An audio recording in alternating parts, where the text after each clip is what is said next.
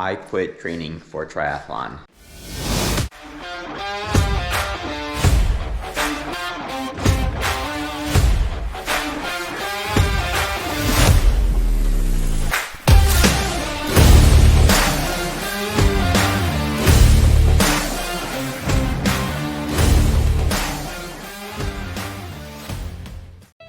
Actually, that's not true. That was just clickbait. Hey, but don't be mad. I gotta get the views somehow, right? But even though I'm not taking not quitting triathlon, I am taking a short break, short hiatus, whatever you want to call it, short pause from training triathlon. And in today's video, I'm going to tell you all about my little sob story. Why? Well, because I have nothing better to do with my time, since, as I just said, I'm not training anymore.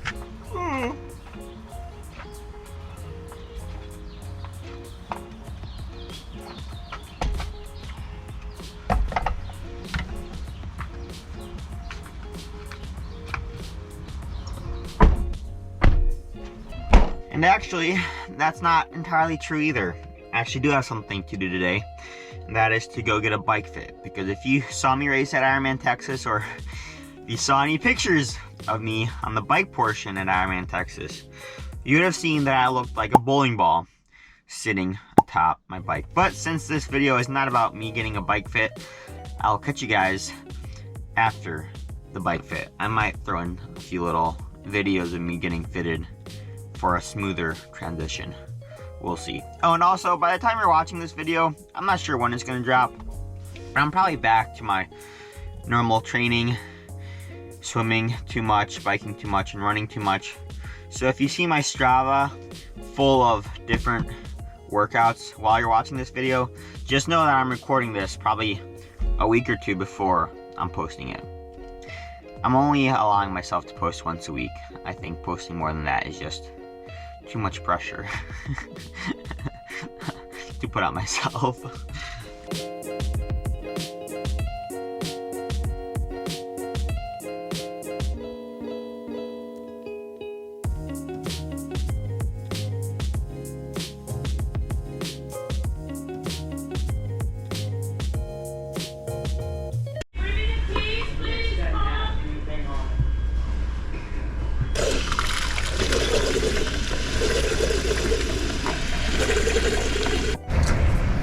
I had to make a quick pit stop at McDonald's and get myself a Diet Coke because it's like a long drive. It's like an hour drive to the bike fit, and I needed some caffeine. And fun fact, McDonald's has the best Diet Coke out there.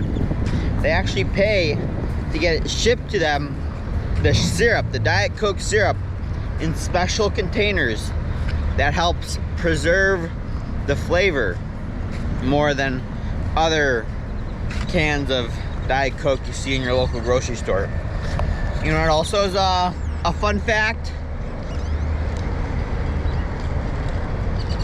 Hitting that subscribe button makes you a true OG.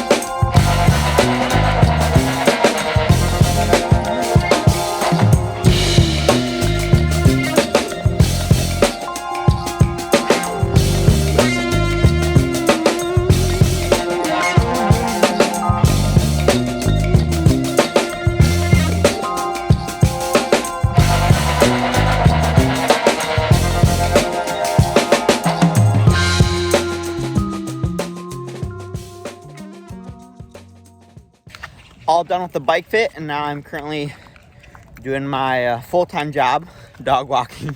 This is actually my part-time job.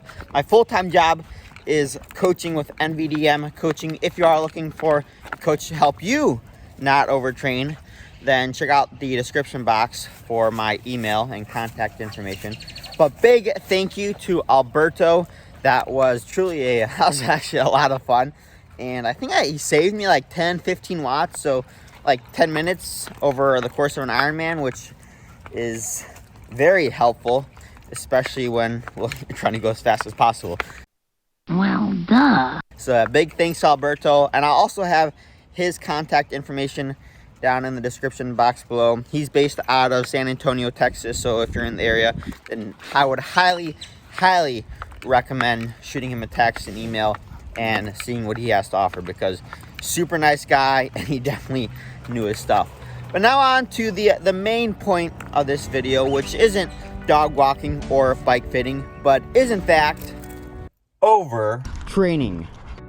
Now, for those of you that have been following me for any amount of time, you would know that one of my favorite things to do is to walk the line, the very thin line, the line that is tighter, that is thinner than a tightrope, and that separates training the maximal amount, but will still allow us to undergo the correct physiological, aerobic, muscular adaptations. Look at all those big words.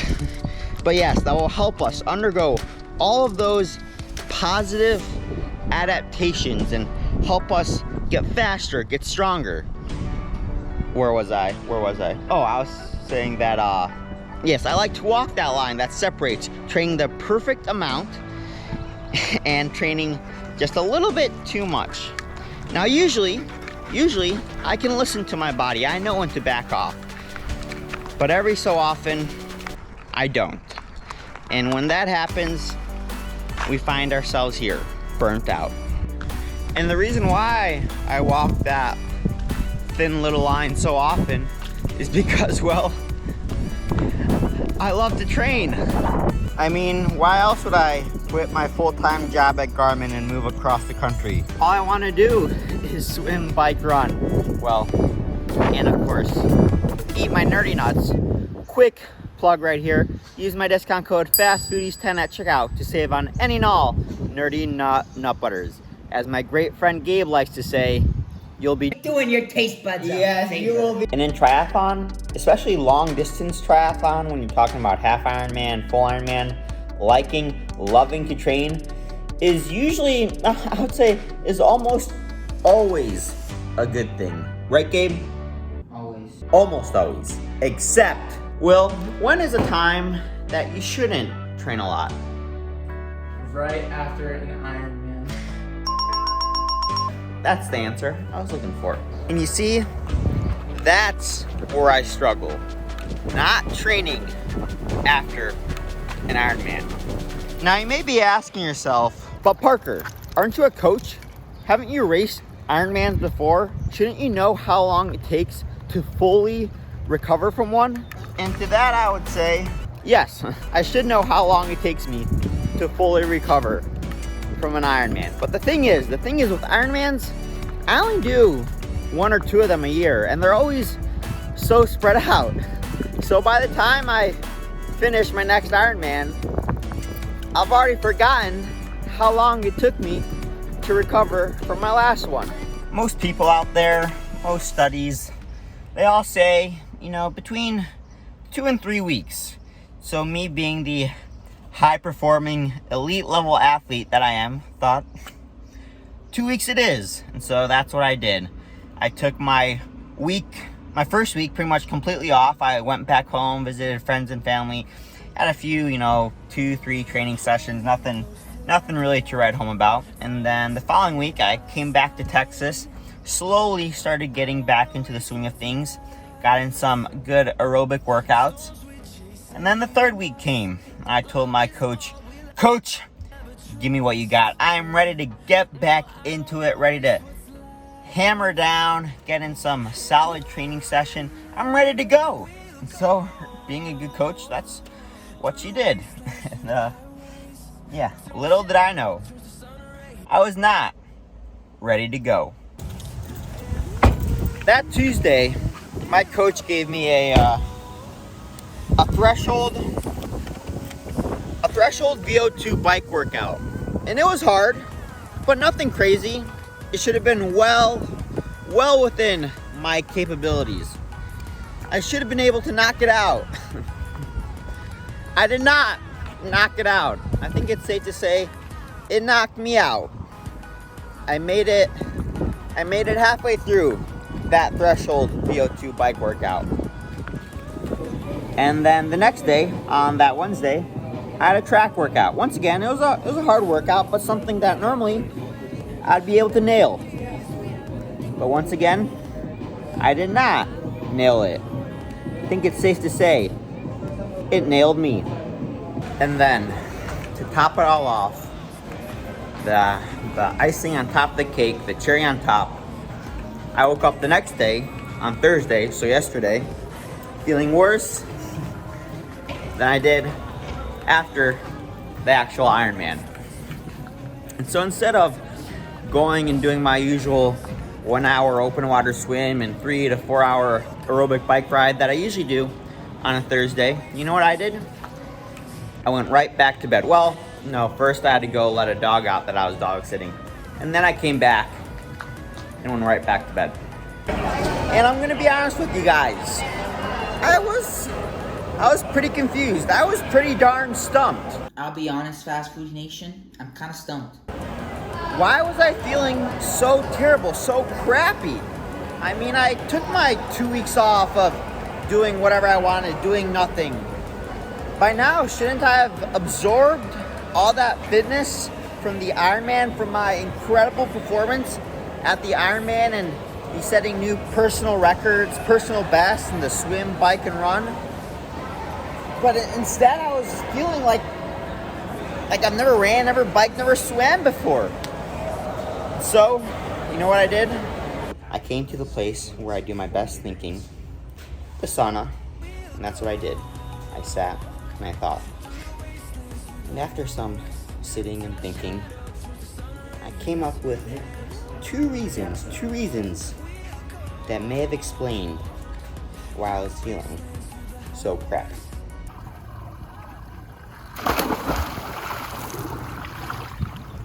Sleep and travel.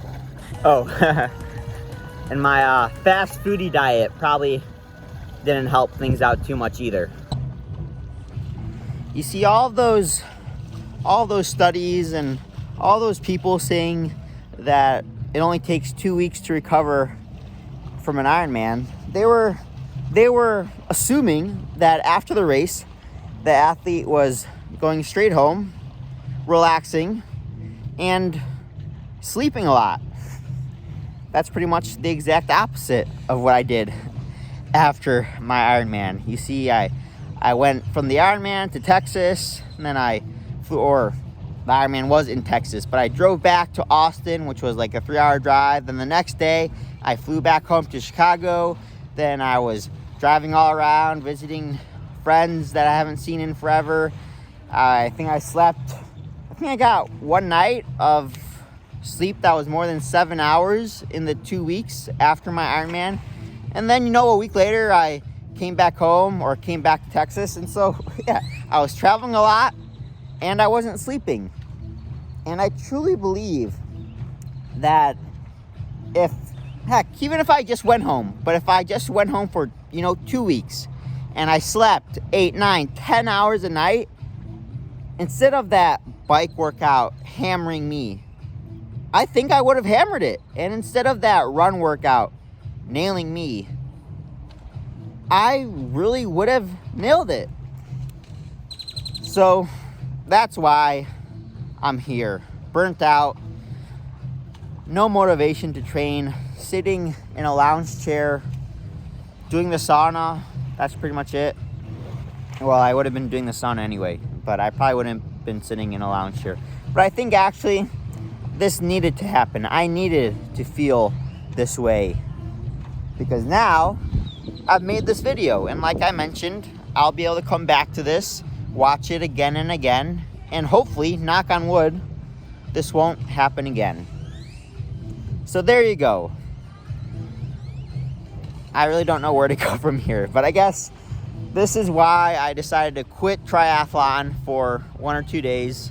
I already know that tomorrow, being it a Saturday, I'm going to want to go on my bike and ride and run and swim and film fast foodie reviews and start getting back into the swing of things. So I only really quit for 2 days. So I guess you really can't call it quitting. But in those 2 short days, I truly have learned a lot about myself and how to truly take it easy and recover from an Ironman. So I hope that all of you have learned something watching this video.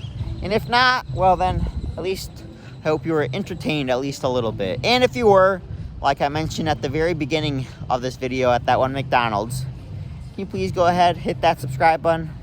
I truly would appreciate it. Alrighty. We'll see you guys in the next one. And hopefully, I will have stopped being a quitter.